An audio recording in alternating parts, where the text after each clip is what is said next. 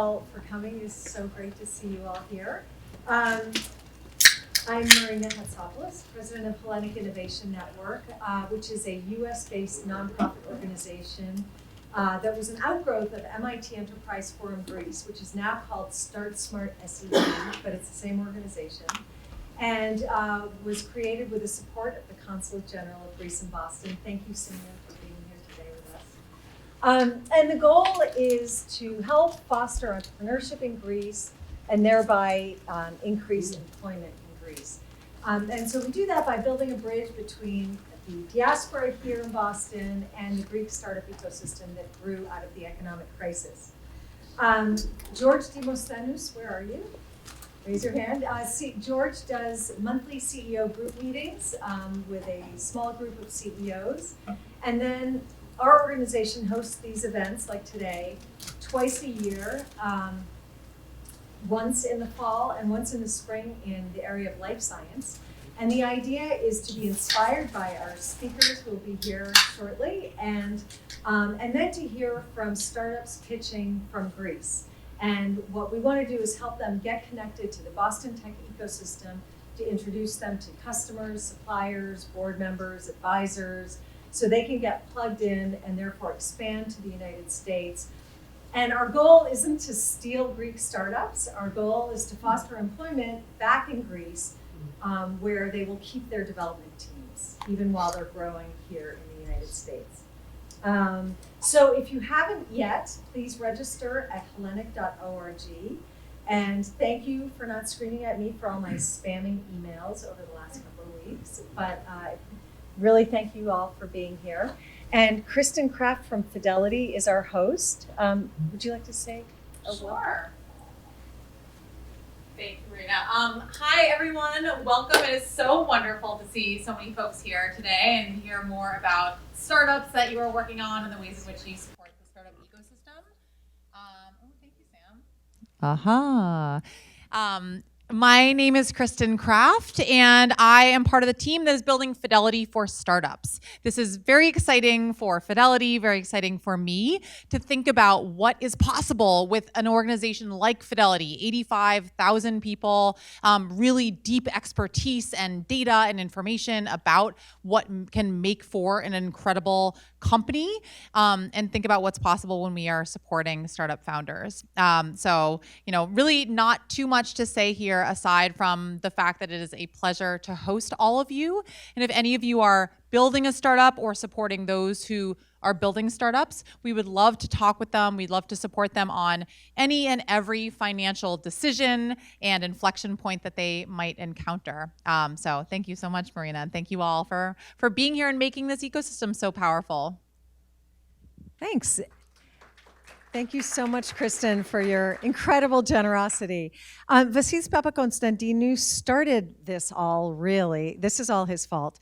He is co-founder of MIT Enterprise Forum Greece, and that's where this all began. So, good evening, everybody. Thank you for coming here. We started MIT Enterprise Forum Greece back in September 2013, and Greece was a different place than what it is right now. We started MIT Enterprise Forum because we saw the potential, especially in the academia, and we wanted to provide them with the tools and a framework to start, growing their startups.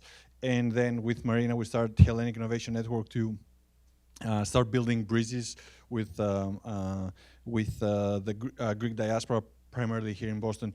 As of last year, we rebranded to Start Smart Southeastern Europe, and we have a new partnership with MIT. We are innovation partners of the MIT Open Learning. The mission has expanded. We want to not just help the Greek ecosystem by helping the Greek startups, but we want to help Greece become a hub for the Southeastern European region and attract more startups from the region to relocate to a safer and nicer place in terms of, at least weather-wise. There's a lot of funding nowadays in Athens, and I think they're pursuing more opportunities than actually there are, and we continue to grow our effort. We run a program, an acceleration program, twice a year, and on December 13, if you are in Athens, it would be great to join us at the Demokritos Research Facility to see the startups of this year pitching and hopefully, attracting your interest. Thank you all. So now Elaine and George will be speaking. Elaine is a close family friend and is at Harvard. And Elaine, if you could give your own background very briefly, and then Sure. the floor is yours. Thanks, Marina, and thanks everyone for being here. I'm Elaine Papoulias, and I'm really delighted to be here. Thanks to the Hellenic Innovation Network for all of the work that it does and for bringing us together today. And the Enterprise Forum is something near and dear to my heart because Vasilis some years ago invited me to be on one of the first selection committees. So it's really quite terrific and rewarding to see how much it's grown and how much of an important impact it has had. I feel like a bit of an interloper here. Innovation and entrepreneurship is really not my space. Most days you can find me on the other side of the Charles River at Harvard, where I've been working for about 24 years with students and scholars and public sector leaders, thinking about Europe's past, present, and future. But when Marina called me over the summer and asked me to host this today with George, I really couldn't resist because George is really one of our country's most important trailblazers in the energy efficiency industry. He's such a notable Greek American who's been recognized for his work in his sector and by Greek American organizations like the Alpha Omega Council, who gave him a Lifetime Achievement Award last year. And he's someone that's just working hard to make the Earth literally a better place to live in, a more hospitable place for humanity. And he's a legend in my family. He's a legend because he is from the great town of Vassara, where my parents were also from. And I want to start there, if you'll allow me, George, because I think it's important to understand where George started and his evolution. Vassaras is a small village about 15 miles northeast of Sparta. And it was pretty devastated by World War II and the Greek Civil War, just around the time that George was born. And like so many villages in Greece at that time, let's remember, it was really severely impacted and devastated. I think it's important to remember that after those 9 years of war, about 500,000 Greeks had been killed and 700,000 had been displaced and were homeless. That's about the population of Boston. So that's the moment George was born into Vassara, and Vassara eventually, like Greece, recovered, but it took it took a while. And Vassara was a place that had one school for all of the school children up to middle school with one teacher. I think electricity came to the village in the 70s, if I'm not wrong. So why am I describing all those details? It's because I think it's fair to say that anyone who came from Greece really was not born with a silver spoon in their mouth. So, George, I'd like to start there and ask you, what memories do you have of that time period in Greece?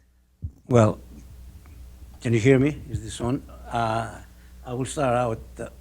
Sometimes people think that because we had a hard time in Greece or because of the way we grew up.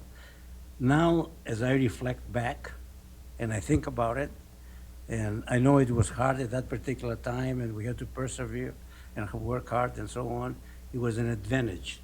When I came to this country, because we had a mission. We wanted to do better for ourselves than the way life was in Greece. And what made the difference, and that's what I said to the Alpha Omega, and growing up in a farm where I grew up, it taught me the hard work. That hard work is one of the most important things that in your life. And the other thing with the families, they pushed a lot education.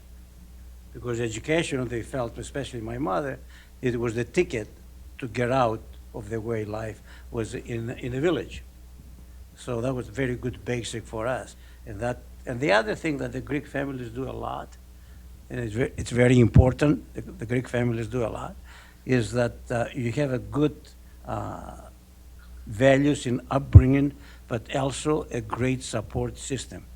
And from early on, you know, I felt very comfortable taking risks, sometimes too many, and sometimes I think I'm lucky that I'm still alive, but taking risks. So the three basic things that I learned in those days are probably the most important drivers that be where I am today. The other thing, growing in a farm, and that's why it's very important, I learned to appreciate the environment and the delicate balance between the emissions, whatever we put in the atmosphere, and the impact that it has. You know, every time I go back and I have climbed Mount Olympus several times, and then back in the village, that you can see some of the trees, they dying. And then you say, why they dying? Because they absorb more CO2. That's why they are dying. And if you think about it, the CO2, what does it have? It's energy. Energy, you know, the first law of thermodynamics, cannot be created or destroyed. So 70–80% of that, so the CO2 contains heat and carbon. And then the carbon goes on the trees, and eventually they die, they get drier. And the heat goes into the ocean, and then that changes the Gulf streams and so on, and the life in the oceans. And then some of the carbon that goes directly into the corals. So growing in that village, it gave me the basic background that I needed in order to be very successful. And those traits, you use them, especially in the business world, you use them all the time. You know, the determination and the perseverance to come from one side when things are good, sometimes things get bad, and then to come to the other side, it's a great. Back then I probably was feeling bad, but now that you reflect back and you say, why me, where I came from, I feel it's an advantage. You make it sound so easy. You're an inspiration, and your story is an inspiration. And you arrived in 1965. You were 18. You didn't speak English. How did you get from there to the University of Maine, to then Northeastern, to then building your company? Starting when I came and I went to University of Maine, first of all, I didn't know what I would find. And after a couple of days, I came, actually it was January. A couple of days, I wanted to go back. And then I called my mother, and I told her about it, and she says, no, you were there to get the education, you stay there, and so on. But it was hard. Actually, you know, the first year in college, I flunked English literature. But tell you why life learning, it's a great experience. But I remember one particular, I had to take it over at the end of 1969 when I was graduating, because I didn't want to try to take it during any other year. I was expecting to learn the English and then take it. And then from Shakespeare, there was one quote that I remember, and that's why risk is so important. He said that our thoughts are traitors to the good that might become if we indeed tried and gave it our best. And that stayed with me from that day on. You know, and I didn't pick it up in the first time I took the class, but after 4 years when I took it again, I picked that trait, and I used that when I started every company I start, I use that saying, because you will see whether it's NIS Energy or the previous company in Ameresco, our biggest competitors, it was Johnson Controls, Honeywell, Siemens, and so on. So I had to motivate my troops to get to a higher level that don't let our thoughts become traitors to the good that might become. And it worked very, very, very well. So when you think back to that 18-year-old George and that master student George and that George who started thinking about building a company, what would you have advised yourself then? What were some of the struggles that maybe seemed insurmountable, or is there anything that you would have done differently? The first company that I set up was for New England Electric. It was a subsidiary for New England Electric. And I remember one thing, I developed the plan, and then they approved the plan, Guy Nichols and John Buck, two of my mentors, and I mention them a lot. And we went out for dinner. So after the dinner pretty much was over, Guy says to me, George, I'm going to give you a piece of advice. 3 things. One, I will audit your books every 3 months because we are a public company. Number 2, do not hire, this is very important, anybody from New England Electric because they cannot think out of the box. So that's a very important lesson that I learned early on, to make sure that the people you hire, especially when talking about innovation, that you find people that can think outside the box and be creative and so on. And the third thing he says, do not come back for any more money. So one of the hard things that I learned, especially when I wanted to buy that company and go on my own, how to raise the money. And that's where you have to be very resourceful, how to raise the money. That's probably one of the most critical aspects that, would I do it any different? I had some venture capitalists on my first acquisition. And if I had to do it different, if somehow I could get over that, it would have been great. So the second company that I established, I did it all on my own, but by that time I could afford to do it. But I don't know if I would change too much. So your company started small and authentic. And I think, not being really an expert on startups or the private sector at all, but it feels to me that every company that does start small and authentic finds it hard to retain that image as it expands. I don't get that feeling from your company. How do you combat that? It's a great, great question, and that's why it's important when you start a company, develop a culture, a bond that will keep the company where it's small, and then you establish it such a, don't look at it as a family, look at it as a company, and how to take it from one level to the next level. So what we did at Ameresco early on, I established this culture what we call caring. And if you look at the word caring, the C stands for caring for the customer, caring for our employees, caring for the environment, and caring of what we do. Otherwise, we love what we are doing. That's one, okay. Then the A stands for the attitude. The attitude that we can take on anybody, otherwise we can do more with less and so on. And then there are resourceful. You start a company, you are small, but now you have to become resourceful in order to grow. Then the I, which is the key, and that I built all companies, and some with the integrity. No company, and then nimble, the N, and the G, great. And now you say, what do I have to do in order to become a great company? And you will see that early on you have to establish the structures that we will take you there. And you will have to constantly evolve if you want to grow at 10 to 20% per year. And I will tell you, each and every year, that's what keeps me up at night. How do I get from point A to point B and C and so on? Because in order to show momentum in the market, especially if you're a public company, you have to show growth. In order to do that, you have to set the stages. And it's an evolving stage. Like it's an evolving market. The other thing, in order to grow, you have to grow with the market. Listen to what is going on in the market and evolve with that. And that's what I can tell you, speaking of that, and if you don't do it right, the first company, Ameresco, that I established, I sold it in 1997. We're doing $300 million. It's been sold twice, and now it's with Carrier. They're still doing the same amount of business. They did not evolve. They did not have the drivers to get the company. And at the end of the day, it's the people too.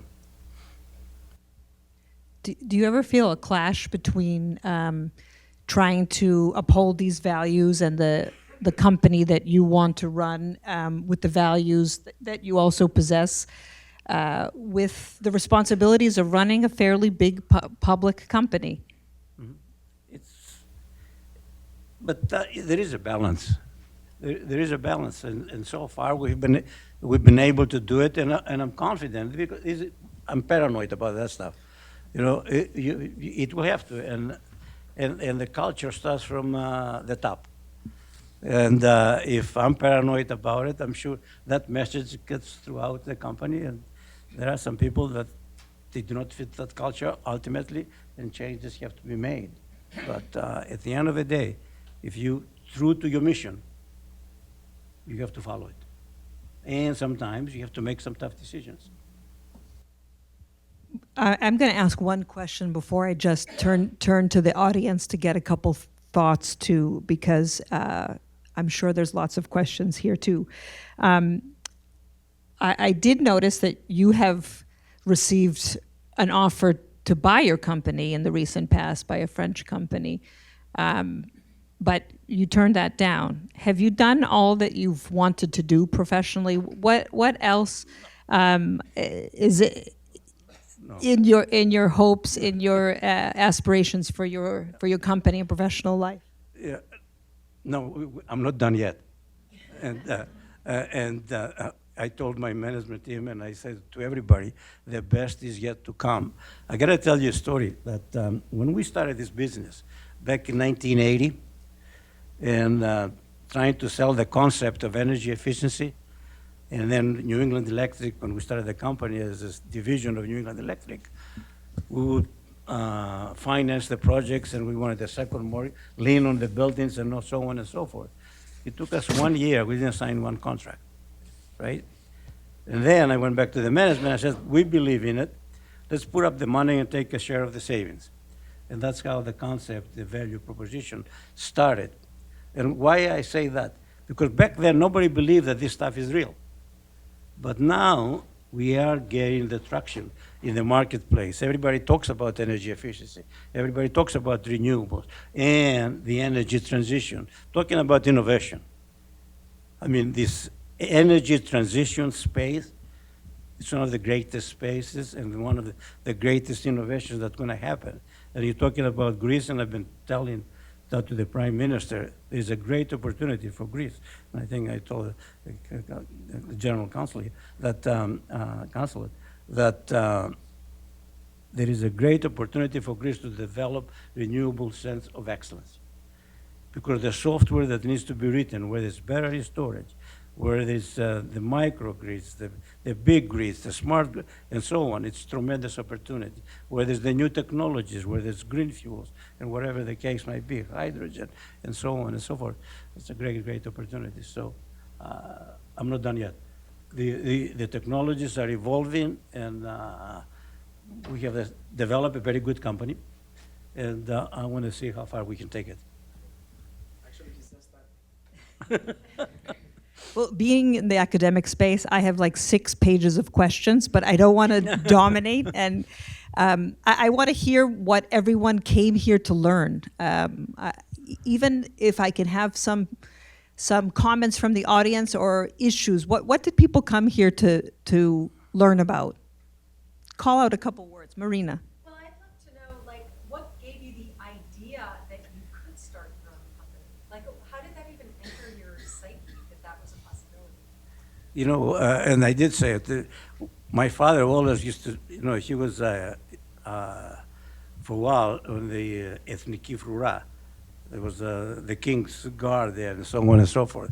And I used to bug him. I said, do you have a good time there, or whatever? He says, yes.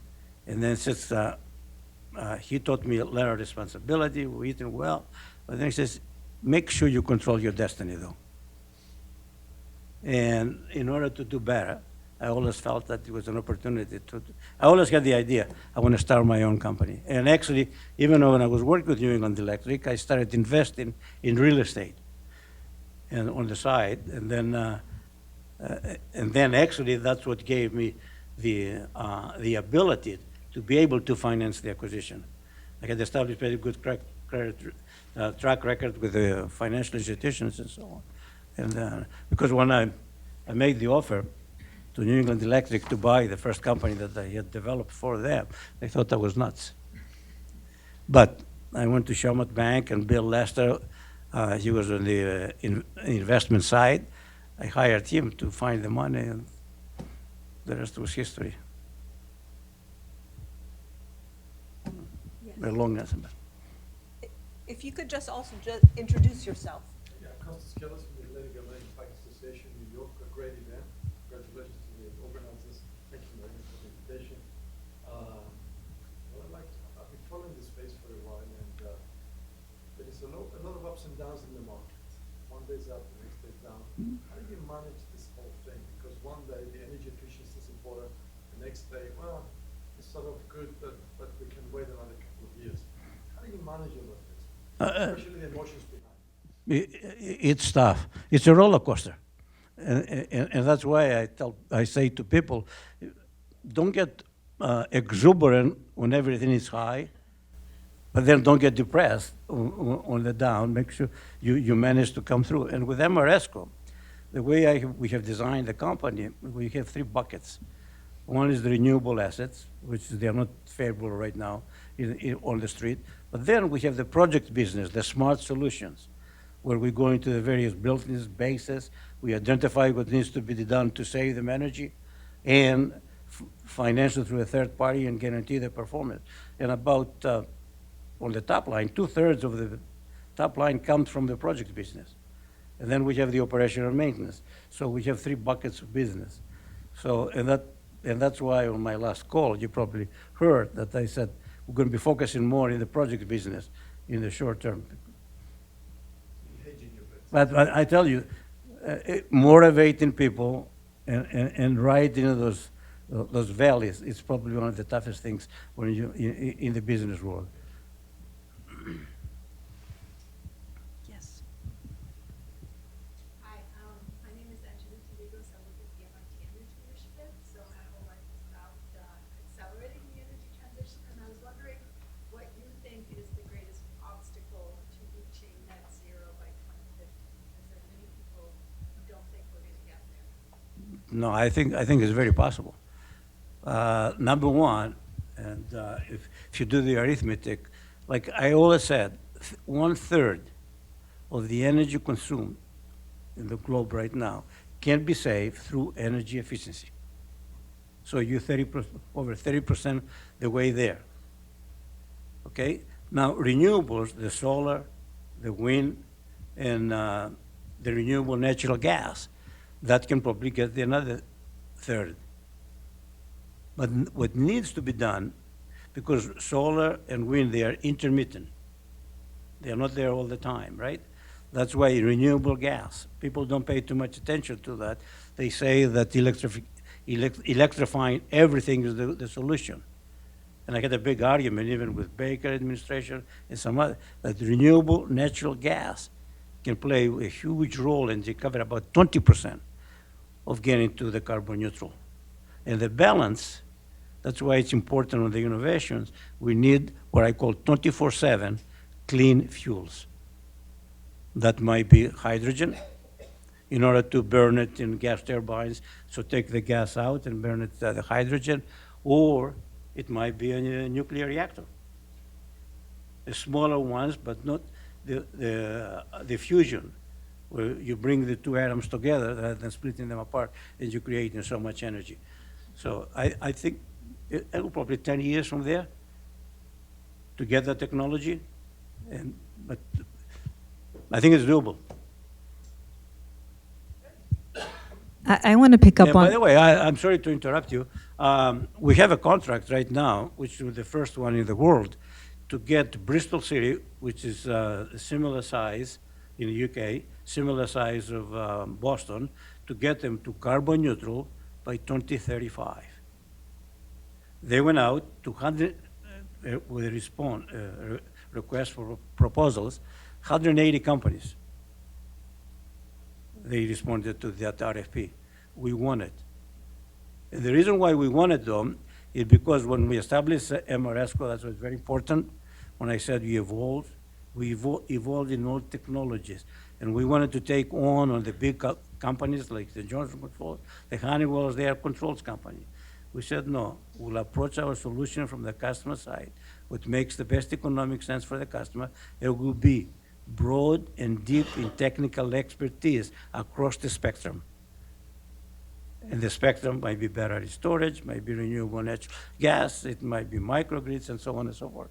So and that basically has differentiated us in the world. And for the young people that start new companies, that's very important. Always try to have some kind of a competitive advantage. I keep telling my people, and sometimes the competitive advantage, it might be a simple idea. Well, in innovation, it might be a simple idea. Like, for example, the performance contracts, the first building we did was the Mercantile Wharf building right here. And Ed Fish, God bless his soul, he says, come on, you're going to put new boilers, new chillers, what happens if they don't work? I said, you keep the boilers, you get the chillers, and I get fired. But that concept right now, it's about $20 billion business. So. Hi, I'm Soraya Papoulias. I'm a professor at Minda. A quick question. Your company has gone international, and if you compare the market here in the United States with Europe, where do you see the biggest challenges, and which market is more promising? I mean, Europe is a little bit further advanced, but the bureaucratic, it's a nightmare over there. And we went to UK first because they speak English, they have the common law and so on. And in order to understand the culture, we bought one of the smaller engineering company, and then we evolved that company to be similar to what we are right now. And now we are one of the top 3 companies in the UK. Then we went to Italy, we bought a company in Italy. Now in Greece, we started our own, but we're looking at a couple of acquisitions there as well in order to grow.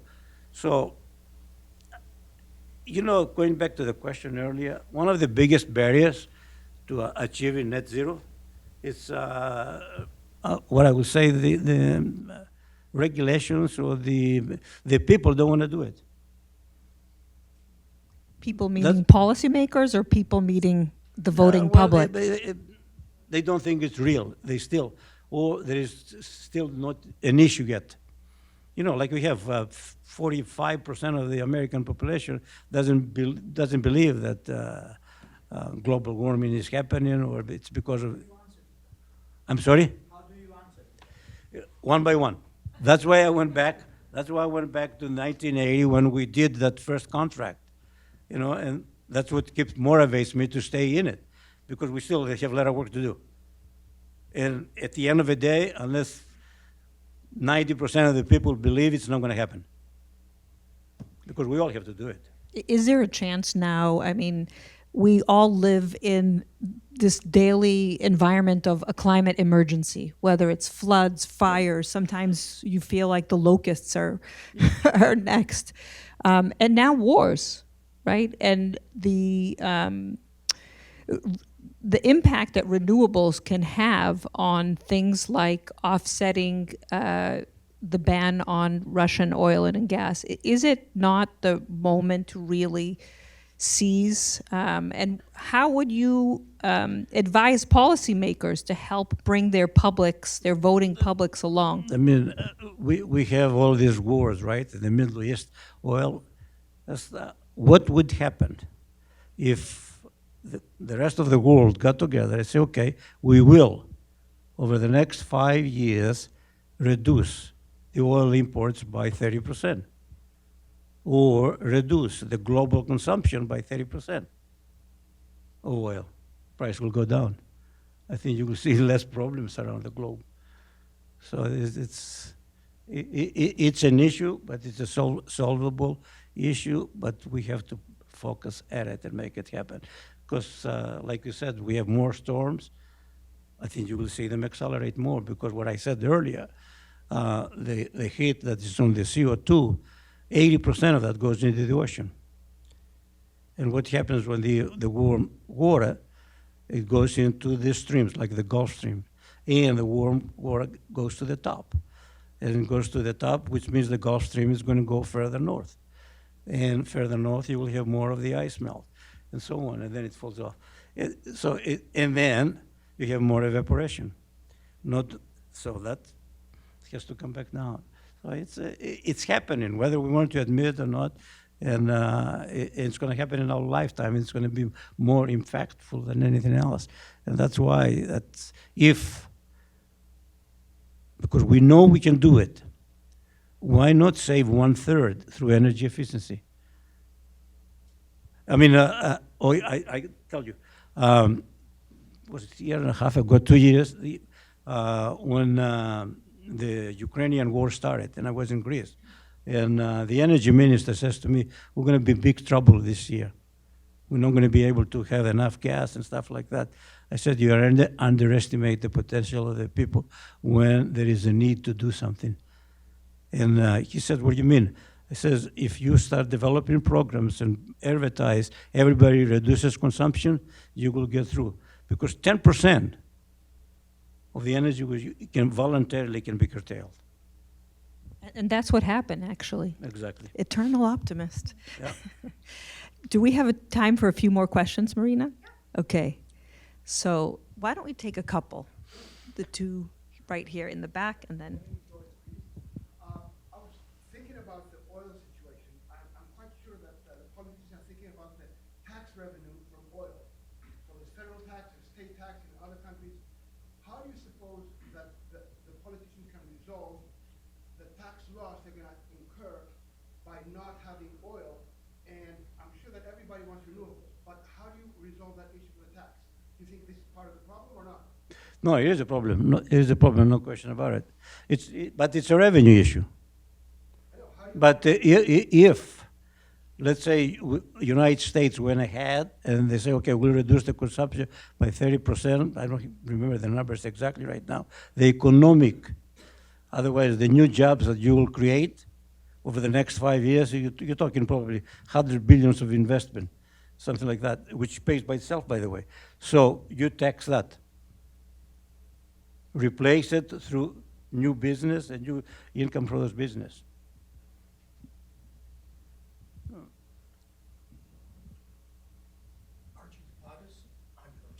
Like, how are you, Ari?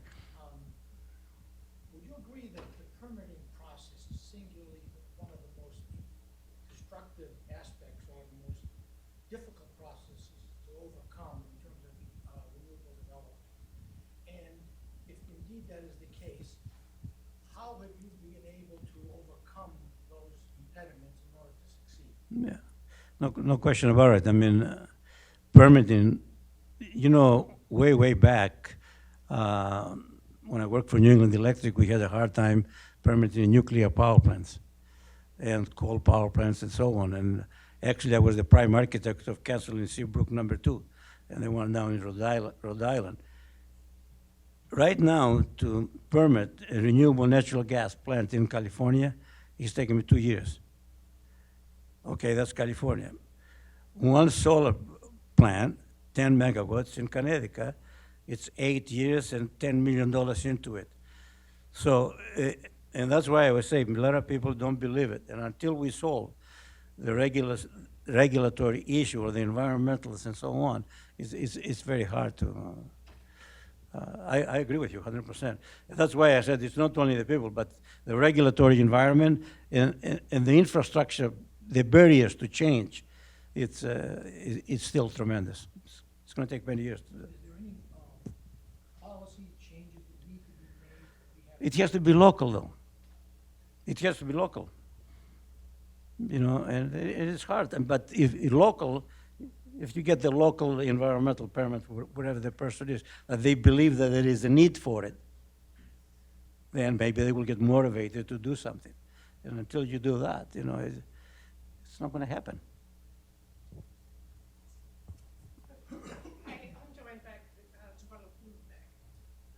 So I work in the biotech, but I've been following a lot of the debate on the wind turbines in Greece, and there is so much negative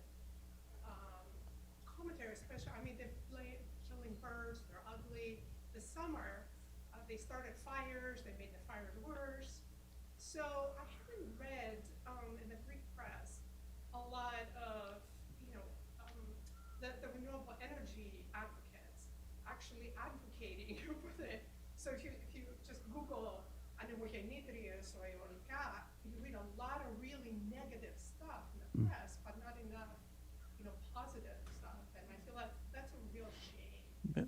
It is, and I blame all of us too. We got to do a better job in articulating our story into the right environment and get some of those reporters to see our side and write the good about what we are doing and the benefits, articulate the benefits. I see the wind farms in Greece, and sometimes because I didn't go there early enough, I regret that I don't own some of them, because I don't think they look that bad. As long and one of the things that we have done that has helped us a lot, especially on the solar plants, we tried to find land that's not used for any other purposes. We came up with the idea to put the solar farms along the highway. You probably have seen them on Mars Turnpike. Now it's happening across the country. And we have a couple other contracts on other cities. And then talking about regulations, we had 15 sites. I hope somebody here from National Grid. We had 15 sites that they will pencil out. And the transportation department, because we own them, they will pay us 8 cents, but they will pay in the utility 15. After we built 3 of them, the interconnection cost on the other ones was so high that they wouldn't pencil. So a couple of them, they said it was impossible. So those things happen all the time. And we got to do a better story. And going back to what I said earlier, if now those people that they think they get impacted, they don't like to see it, now if they see more storms, something happens to them individually, maybe they will start changing their tune, But we have a lot of work to do. But the potential is there, and it's doable, but there is a lot of work we still have to do. That's why I'm not done yet. I'm going to take you back to when you started your company a little bit, if I may. You mentioned one of the things that you probably wouldn't have done was to, get some venture capital money into your initial company. What were some of the pitfalls? What are some of the things that, the folks here that are interested in starting their own companies should be looking out for? Your experience, of course, everybody's mileage varies. Yeah. If somehow, some way you can borrow the money, or friends or relatives, and do it in a small, and then get your feet in the ground, and then go out for money so you don't give as much away from your company. And that was basically the point. And if you have a great idea, bring it to a level that is a little bit more financeable, because these guys, they serve a great purpose, don't misunderstand me. And venture, and it's great in the United States, we have as many venture capitalists. But on the other hand, you have what you call angel investors. And I would start with those people. And the best angel investors sometimes are relatives. Me, when I started the first company, I had the first on the house, a second and a third, and then borrow everything I had that I didn't have. I signed personally for everything, and not only for the notes, but also for the bonds, construction bonds and so on. But I felt comfortable taking the risk. One of the things that I learned early on, and even now, I always look, if you fall, what's going to happen? When I came in this country, and I wanted to become a good engineer. And then when I started investing and I wanted to buy my company, I said, okay, what's the worst that can happen? I'll go back and become an engineer again. And then when I was going to college, and I said to my mother, I said, I'll go back to the farm. I always felt comfortable to where I am. And that's one of the things that I want more people to start their own companies, because it's the best thing that you could ever possibly do, no question about it. And then, but be measured, calculate the risks, but make that first step. I know so many people that have great ideas, much greater than the ones that I have, but they never took that first step for one reason or another. Do it, and if you fall, that's okay. And that's the other thing about the United States. It's a great country. You don't get the stigma. In some of the, like Greece, they are opening up now. You used to get the stigma, oh, he fell or did something, whatever the case might be. But I think we are over that now, even in Greece. So get started. Don't hesitate. So maybe one last question here. Hi, I'm Eva Aguilas. I'm a fund manager. We actually own your stock. I speak about your company on TV, so I track it very closely. My question is, obviously you've grown very successfully. There are many other companies, smaller ones, in sustainable energy solutions that are struggling because it's a low margin environment. The market is saturated. So specifically for these companies, what advice would you give? If you are in our space, I will. Not personally, but like. No, but I will still tell them, because there is plenty of room. Fine, we are a big companies, but there are many smaller clients now that we don't serve them like we used to when we started. You know, let's say if it was a few 100,000 jobs or up to 1 million, we don't serve them now. So there is a void. Then what I would do, if let's say if I were starting all over again, and I was trying to compete with the big guys and myself again, I would start small. And I know several people that worked for me have actually started smaller companies. They've been very successful. They sold them, and I feel very proud of that. So there is room, plenty of room. Do we have time for one more? One more, or two more? This gentleman and here. Paul Sakellaris with Alpha Omega Council. So, George, you talked about innovation and staying ahead. What's the next big innovation that you see on the horizon? And is there anything on the consumer side that might help the scaling of energy efficiency and things like that we might look forward to? Yeah. Well, on our side, I would say fusion is probably the one that's going to make a lot of difference. And then the renewable fuels. And then if we're going to electrify everything, maybe a better way of transmission. You know. And then on the consumer side, I think it's accepting the fact that climate change is happening and we have a lot to do with it, and that somehow, some way, we have to support what needs to be done. Better education, I think, on the consumer side. And we are not there yet. We still have almost 50% of the people don't believe it, so we have a lot of work to do. And that will help the environmental permitting. It will help a lot of things in our cause. But people don't appreciate the magnitude of the business potential associated with this business. Yeah. Okay, last question. Joe O'Brien from STEM, and kind of dovetailed to this gentleman's question. A lot of the topic now is about electrification of buildings. And do you see the opportunity with those renewable fuels and storage? And I guess in the future, as the cities go to electrification of buildings, what do you see as the greatest opportunity for yourself and the overall? I'm sorry, I didn't get the question. I didn't get the question, the last part of that. What is the opportunity as buildings try and electrify and become all electric? The opportunity from a technology standpoint that is the greatest? I mean, right now, heat pumps, ground source heat pumps.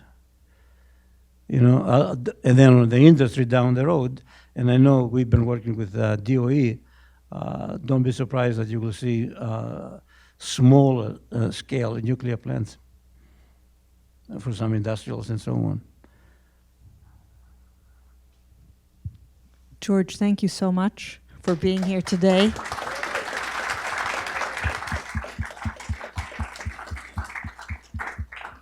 You're really an inspiration for the work that you do, for the grounded attitude that you continue to maintain. after so much success. So all the best of luck. Thank you very much. Thank you. And thank you all for listening to us. And I hope you all volunteer that you will help our cause. And maybe some of you will come up with some other bright new ideas how we can get to carbon neutral.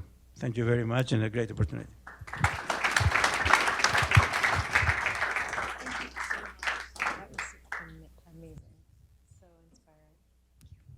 So now I'd like to ask, we have a couple of investors in the room. Dionysis, Katerina is here from Greece. If you could just sit up in front. Do we have any other investors in the room? Because we're going to do the lightning round of pitches. And so I am leaving it to the investors to lead any questions. We'll do, it's 3-minute pitches followed by 2 minutes of questions. So unless the audience has questions, I'm hoping the investors will ask some questions. So we will start with Agapitos.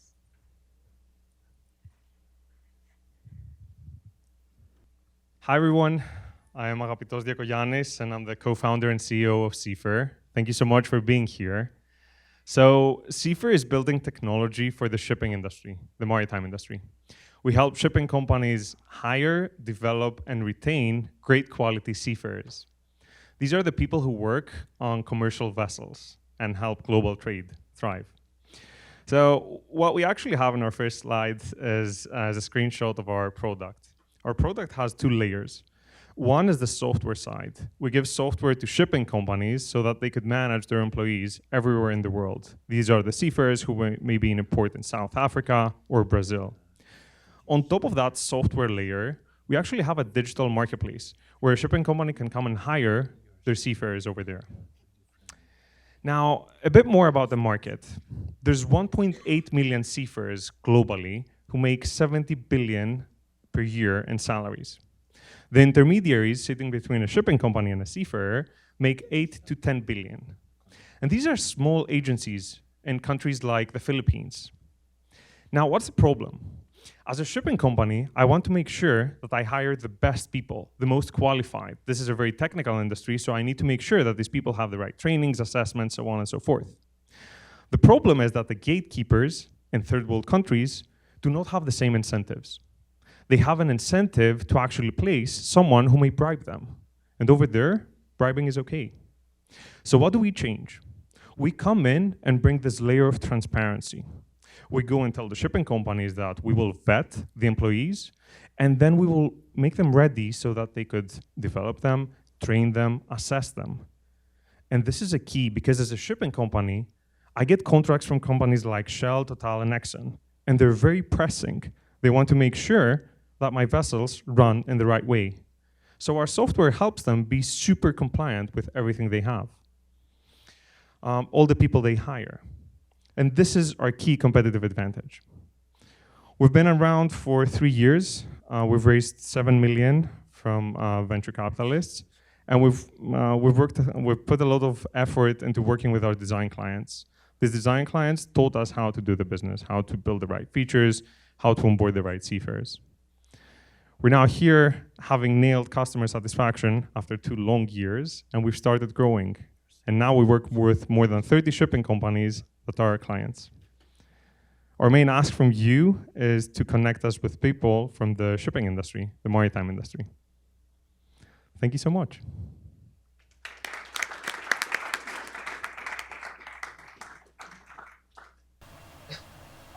So my question was that how many seafarers you have on the platform, and how you identify that from several hundred metrics, and also how you evaluate them when they are hired. Amazing. So the question is essentially how many seafarers we have. Out of the 1.8 million seafarers globally, 300,000 seafarers have subscribed to our product. And this is kind of a signal that people are essentially trying to get the right jobs without having to bribe someone to gatekeeper. We've built some technology around the way that we could essentially vet these people. One has to do with our ability to understand how certified they are. there are some complex matrices in terms of what are all the requirements you need to have with different vessel types, cargo types, etc., etc. And then we have built our own assessments that seafarers would take online in terms of their English language skills, in terms of technical skills, and so on and so forth. We're probably the first company that gives all this transparency with the right incentives for our clients. And this is why we have great retention rates. 88% of the seafarers that were hired in the first contract were rehired by their employer in the next year. Have you identified a way to scale your business in the Philippines? Yes. So this first 2 years were tough because we were essentially building two businesses. One was a marketplace and the other one was a B2B SaaS. And now that both of them have good customer satisfaction, clients are using them more, we see the metrics, we're essentially combining them. We're taking over full vessels and we handle everything for the client in terms of their employers. Great, thank you. Of the 70 million you raised to date, what ratio came from investors in Greece and what came from outside? Approximately. I'm not sure how I can answer this question. Our main investor, like our last round, 3.5 million, let's say 50%, is a Boston-based fund called General Catalyst, but the lead investor is Greek. It's Nico Bonatos. So I'm not sure. But other than that, it's probably like, I don't know, 5% Greek. Because there's a lot of shipping in Greece and you have a good chance to raise more from Greece. That's right. There is. We didn't want in the beginning because it would give signal interest. We would essentially want to raise from US-based venture capitalists. And most of your employees are in Greece? Yes, so we have employees in Ukraine, the Philippines, and Greece, and the US. Thank you. Thanks. What are some examples of the kind of people here you'd be interested in getting introduced to? Are there specific names or companies? Yes, so the people we're trying to take, the people we're trying to get introduced to work at shipping companies. These are companies that own or manage vessels, and they could be at any like level of the organization. Obviously, the higher the better. But any connections to the maritime industry would be a great connection for us. Thank you so much. Thanks so much. Amazing job doing that without your slides. I'm super impressed. Thank you for doing that without your slides. That was very impressive. Okay. Next, Greg. Where are you? There he is.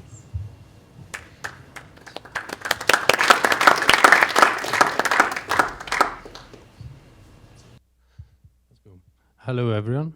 My name is Greg Agriopoulos. I'm the CEO and founder at Magos.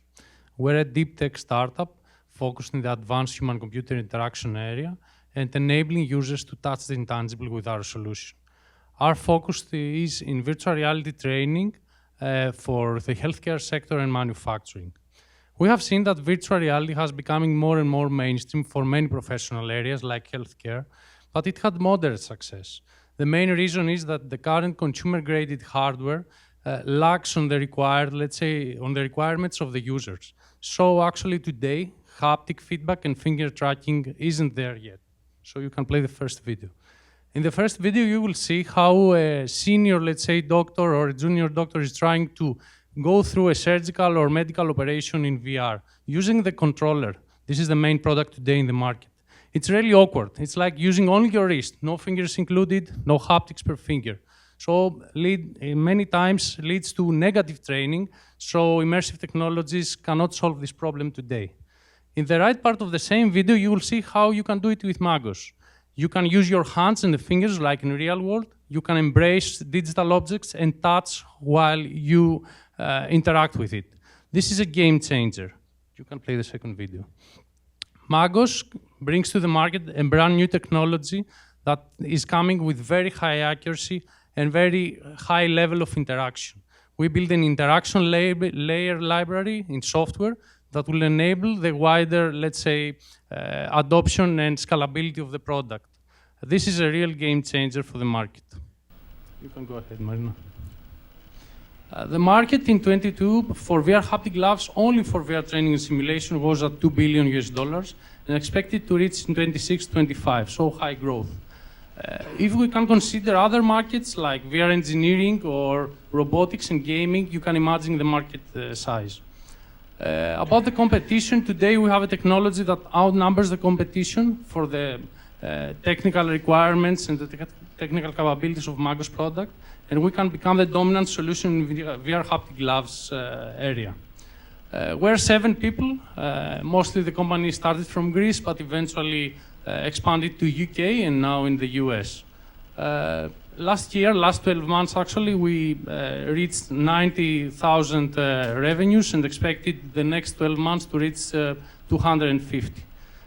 Late 2021, we had ready the alpha version of our solution, got some clients, as you can see here on the screen, received feedback and designed and developed the next version of our solution, the beta one, and now we have customers in worldwide level.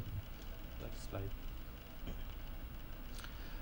We have raised 1.4 million approximately and raising right now 2.5 million. Out of that, we have a venture arm of a customer we have already, Leonardo, offering 500 today. We'll be happy to be introduced in tech experts in the medical healthcare field, as well as relevant investors to join this round. Thank you very much. Questions?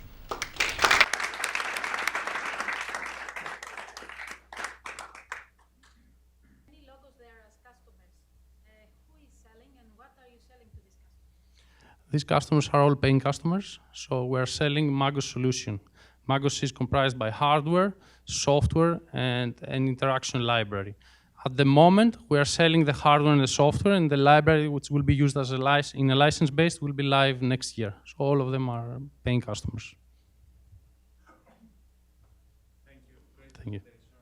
I have been following you for about a year now, and I do know about the hardware that may be the state of the art.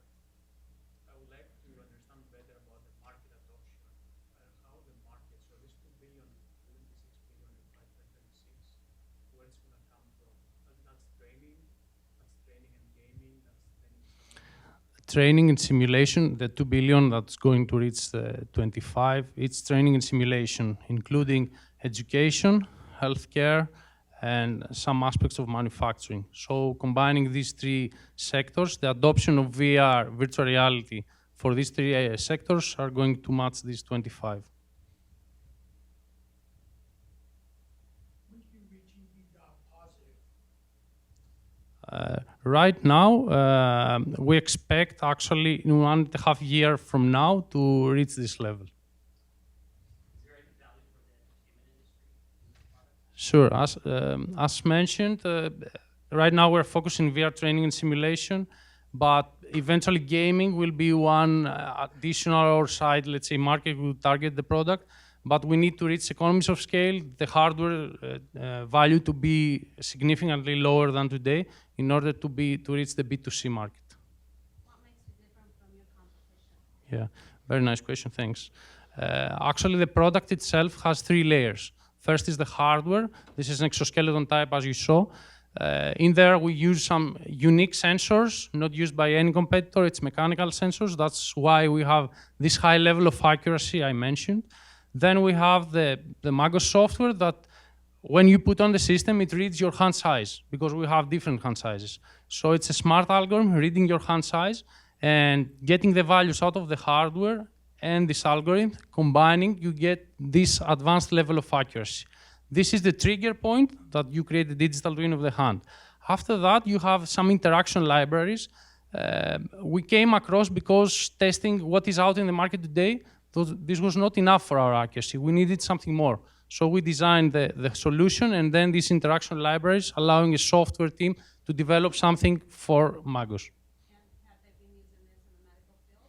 Yeah, we have. Their feedback compared to the Yeah, the most, let's say, significant feedback I can mention here is actually we have a client, it's Leonardo in Italy, 60,000 employees. They have in their virtual labs competitors' products sitting in their shelf because they cannot use them in their use cases, and we build use cases for them. Thank you.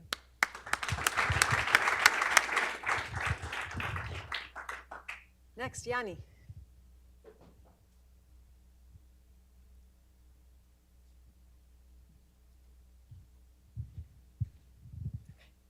Thank you. Thanks. Hi everyone. I'm Yannis. It's really great to be here. Thank you, Marina, for the invite. So I'm Yannis. I'm a co-founder at Cove. Now, I don't need to persuade anyone here on how important relationships are for our career and our business. And it's interesting because with such an important asset, it's amazing the fact that we're not being actually trained on how to build real relationships and not be transactional. We're not being trained to the extent that the US is facing a loneliness epidemic. The Surgeon General mentioned that this is the #1 health epidemic this year, and his focus for 2023. Now, at Cove, we focus on helping people build real relationships. And we do it across the whole relationship cycle. So we do it through products and through education. From the beginning, when you meet someone, so imagine the cycle, from when you meet someone, when you exchange a business card, we have digital business card solution that make that exchange really easy. But then we have a relationship co-pilot that will remind you to reach out, follow up, because otherwise that's just a contact in your address book. Make sure you don't lose touch and get control of that network of people so that you know who are valuable and who you need to stay in touch with. Now, on the education front, we collaborate with global thought leaders. I'll give a few examples. Professor Robin Dunbar, he leads evolutionary psychology at Oxford University. We collaborate on how people evolve to how they build relationships, how they build rapport with other people. And we share that knowledge through very easy to understand videos. With Doug Lester. Doug Lester is a career strategist. He works with Harvard Business School, training the MBAs on how to build their career through relationships. Now, so we do this through product and education, and we have 3 products in the market. We have our business card scanner, our digital business card, and our relationship co-pilot that I mentioned. We're a team of 16 people. Most are in Athens, and we have some in Cyprus as well. And the products I mentioned are leaders in their categories. Our digital business card solution is used by companies like Delta Airlines. Our business card scanner is the leading in accuracy and speed, and it's the #1 in the US Play Store. And our relationship co-pilot, or personal CRM, is the #1 in the category in the US App Store and Play Store. We have about 300,000 users. The majority is in the US. We're expanding in the US, and the last 18 months we started commercializing successfully. In the last 18 months, we took our revenues 4-fold, and we reached close to 100,000 in revenues last month. We're going to go close to 1 million this year. We're trying to penetrate a very large market, as you can imagine. Our differentiators are we've managed to establish a very profitable go-to-market strategy. So it's very hard to persuade a professional that they need a relationship manager. So our digital card solutions are being sold and expanded at a profit. So we're growing that. And then we're trickling in those users into the relationship manager. So if you meet someone, you exchange details, then we will remind you to reach out and show you the need for a solution to help you stay in touch. So we've established good product market fit, a profitable go-to-market strategy, and proprietary technology. It's our own tech. We build it in-house. We have 2 patents issued in the US, and the team has been with us since the start, so we have a lot of knowledge within the team. We've raised nearly 8 million to date from institutional and private investors. We have some great entrepreneurs in our investor team. We've raised close to 1 million in grants, non-equity grants, so we're being very protective of our funding. And I'm here today we're looking for partners that can help accelerate our growth in the US. I'll give an example. The digital business cards that we have shown great interest. So for example, we're trying to collaborate with ESG consultants to propose the cards as an ecological solution to the problem. That's some of our stuff. Can you go one step back, Marina, if you don't mind?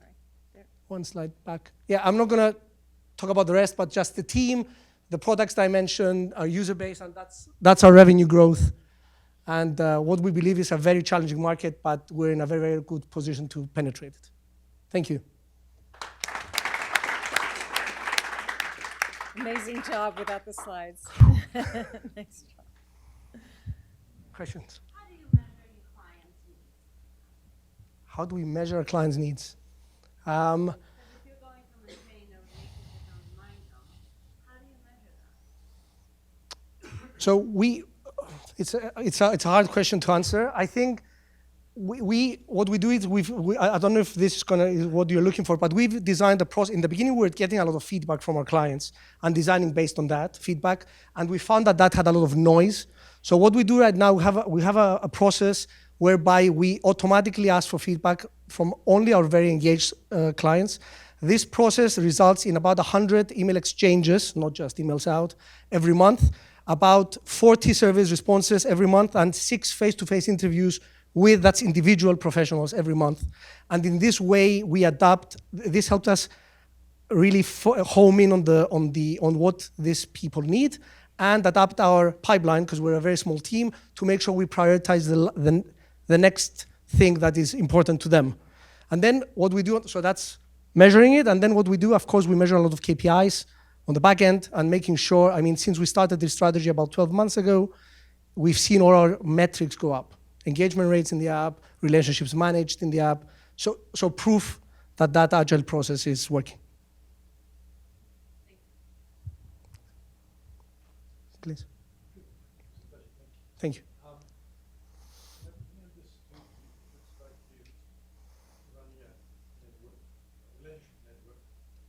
How close you play with LinkedIn? How much you complement? How much you compete? Mm-hmm.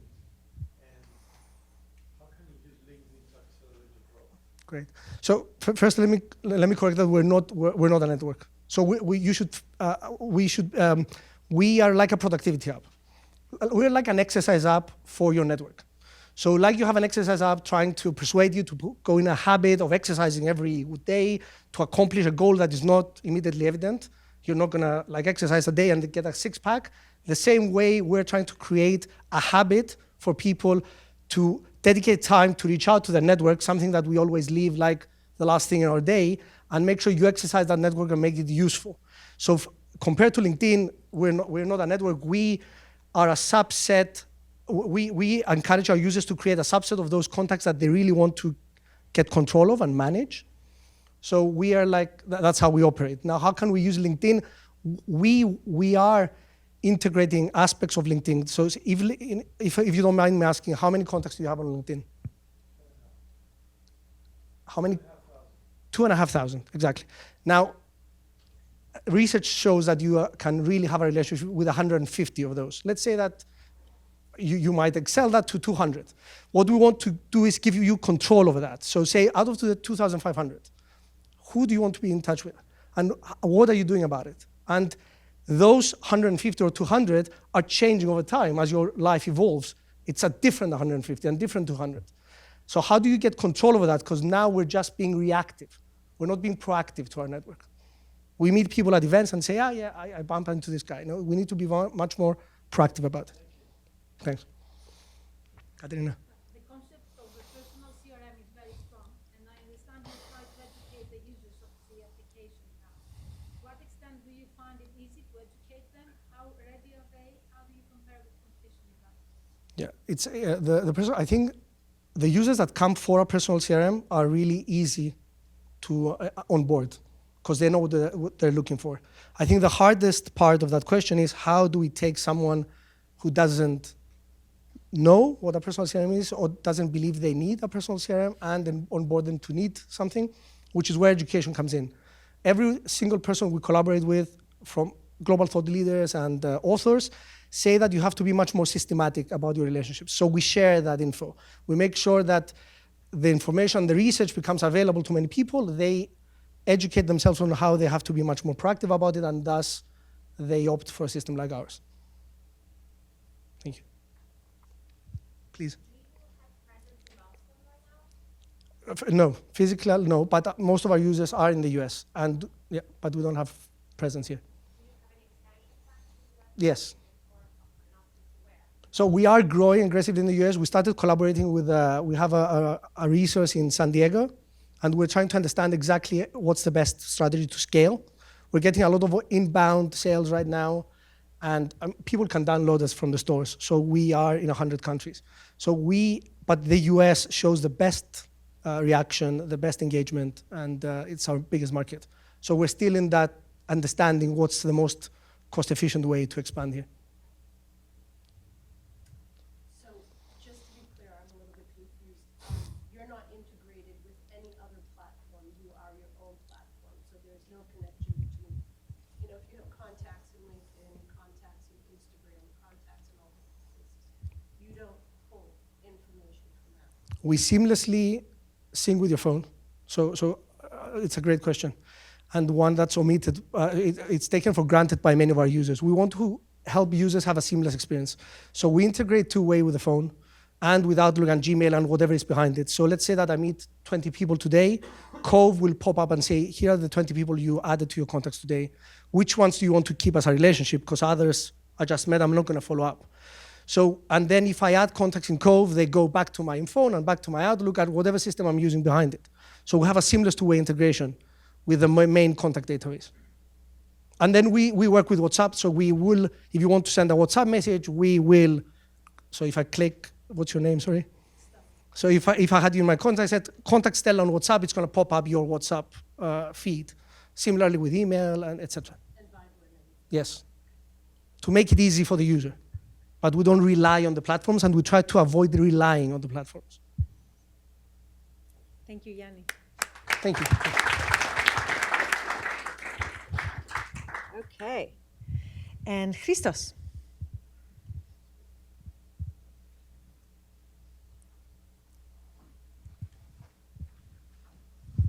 Last but not least, hello everyone, my name is Christos. I'm the CEO and co-founder of Gaspar AI. And Gaspar AI is a conversational AI chatbot that helps companies auto-resolve 40% of their internal IT and HR issues. There are three problems that we try to solve with Gaspar. The first problem is the problem that probably all of you have experienced as an employee in a company, that it takes forever for a simple task to get done, right? Either that's like IT or HR. And you always say, like, why should it be done like immediately, right? So that's one problem that we solve. The second problem that we solve is like the way that we work today. We're not 5 days at the office. We mostly rely on tools such as like Slack or Microsoft Teams. So that's a great way, by adding our bot on those tools at your companies, to auto-resolve some of the issues. And the third problem that we solve is that, in all my experience previously starting this company, I was working at Microsoft, all the internal operations teams have been understaffed. So it's not that they are sitting and doing nothing. It's like we want to make their life easier, because now that everyone is being remote or hybrid, they have more issues and they're very dissatisfied with their own job. So the goal is to make their life easier. The ROI for the company is great, because in the US, a ticket, when it's done by a human and is resolved by a human, it's about $30 per request and goes up every year. When it's done by our bot, that's like about $1 to $2 per request. Imagine now you work at a company that has like 30,000 internal requests, and half of them can be done by us, how much money the company can save, and how much more your employees can be productive and happy that they work in the company that is digital and uses the latest trends in technology. So the market is great.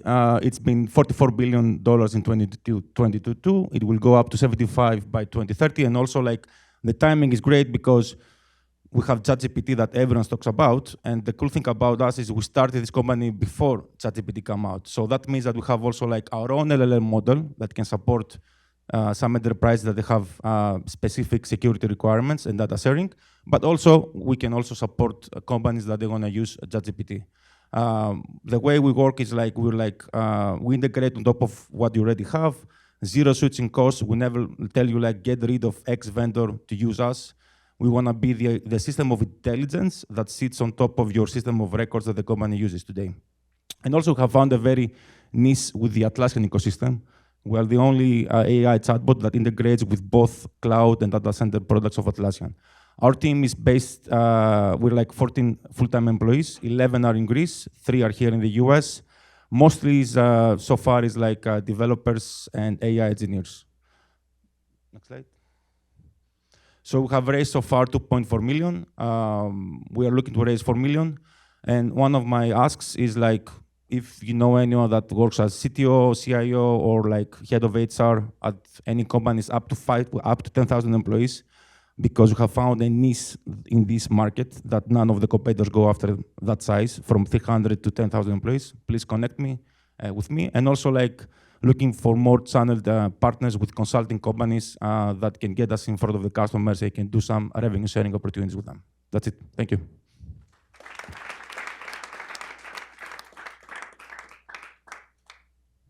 Very nice presentation. So you're scheduling meetings or summarizing meetings, proposing next steps, like a helper for anything.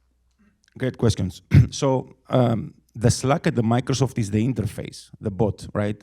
We have about already 30 integrations with the backend systems, right? Because we support already Google, we support the company's knowledge management systems, we support like Salesforce, we support like 1Password, GitHub. So when an employee says, I need a Salesforce license, if we have access to that backend system, we can do it. Or if the employee says, I need like calendar access to schedule a meeting with team, if we have access to the company's Google Workspace, we can do those things. So yes, we can do those things. But it takes time also to build the integration, right? Because it's not about today's world. Your moat is not so much the AI model, in my opinion. Your moat is your data and the integrations that those data have access to auto-fulfill tasks. The second part is like we started with like a small company. So we started first with IT, and now we expanded to HR. Our vision is to become the enterprise bot that an employee can use for everything. Either that's like facilities, either that's like meeting notes, or like everything that you, as a consumer, you do that with ChatGPT. You want to have the same experience as an employee, as a company. One bot for every solution, every question. If it can be done by us, great. If not, then you have to talk to a human, right? We're not here to replace humans. We're here to make their lives easier and more productive, the employees. You mentioned that you cover 40% of the topics of the questions of employees. How does this compare to competition? Is the competition more accurate? Can they cover more? And in general, how is your product compared to competition? In terms of like, we use our latest data and we say that we can, it's important to like, we not only answer, we auto-resolve, right? That's like a big differentiator. Like, in terms of our competitors, I think we have three main competitors. They are all based here in the US. And I think there's a difference. They go mostly out of the large enterprises, right? They go like to get Bank of America or Delta Airlines, like huge enterprises. We have found a niche that is like the 300 to 10,000. So like, I think the answer on how much they resolve has to do also like with what size of the customer you go after, right? But we're pretty much on the same range, 50, 60, 40%. And also like they have started before of us, so like more data, more accuracy, right? But as Mr. Sakellaris said, there's room for everyone to be here in this market.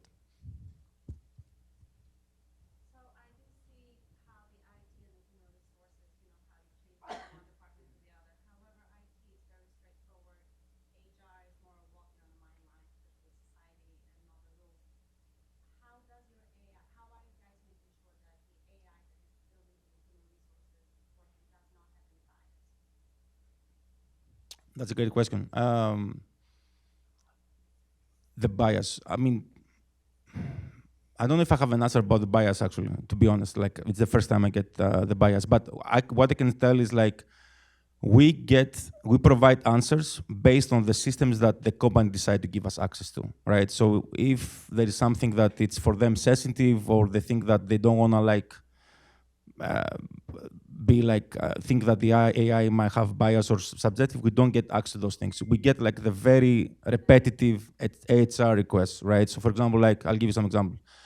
Let's say that you want to promote someone from your team, right? You have to do it through HR, you have to do a form. Like, you can ask, if you ask through the bot, we can do that in like 1 minute. You don't even have to, the bot will have access to the company's HRS tool.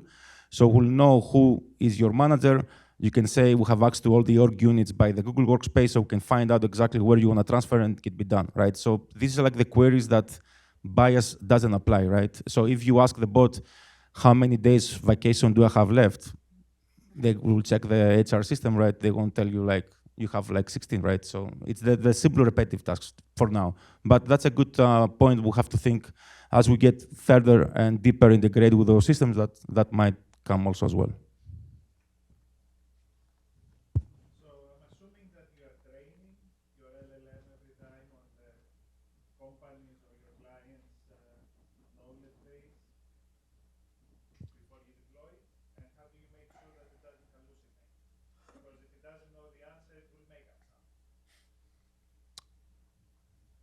Yes, but again, we don't do only knowledge management, right? So yes, we train based on the knowledge. I mean, we constantly try to fine tune the model.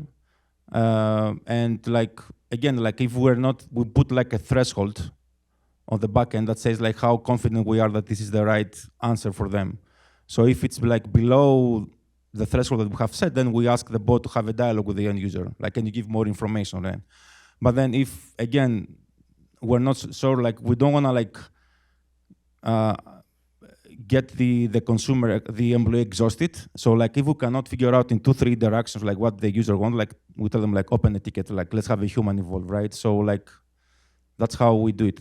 In terms, if I understood your question correct, like everything is encrypted. We collect the minimum information that we have to collect, and these data are not shared between other customers. That's how we have designed it.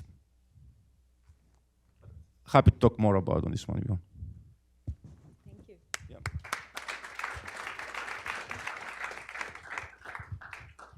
So that concludes the program. But what I would like is for the 4 entrepreneurs, our 5th one got sick this morning, so he didn't show up. If the 4 entrepreneurs could stand up here so that they came a long way to be here today. And so I hope you will introduce yourselves to them and make important connections to them, because that's why they're here, is to get networked into the tech ecosystem here. So please make a point to come up and talk to them. Thank you to our Consul General for being here. Thank you to our investors. And thank you so much, George Sakellaris and Elaine, for such an inspiring talk.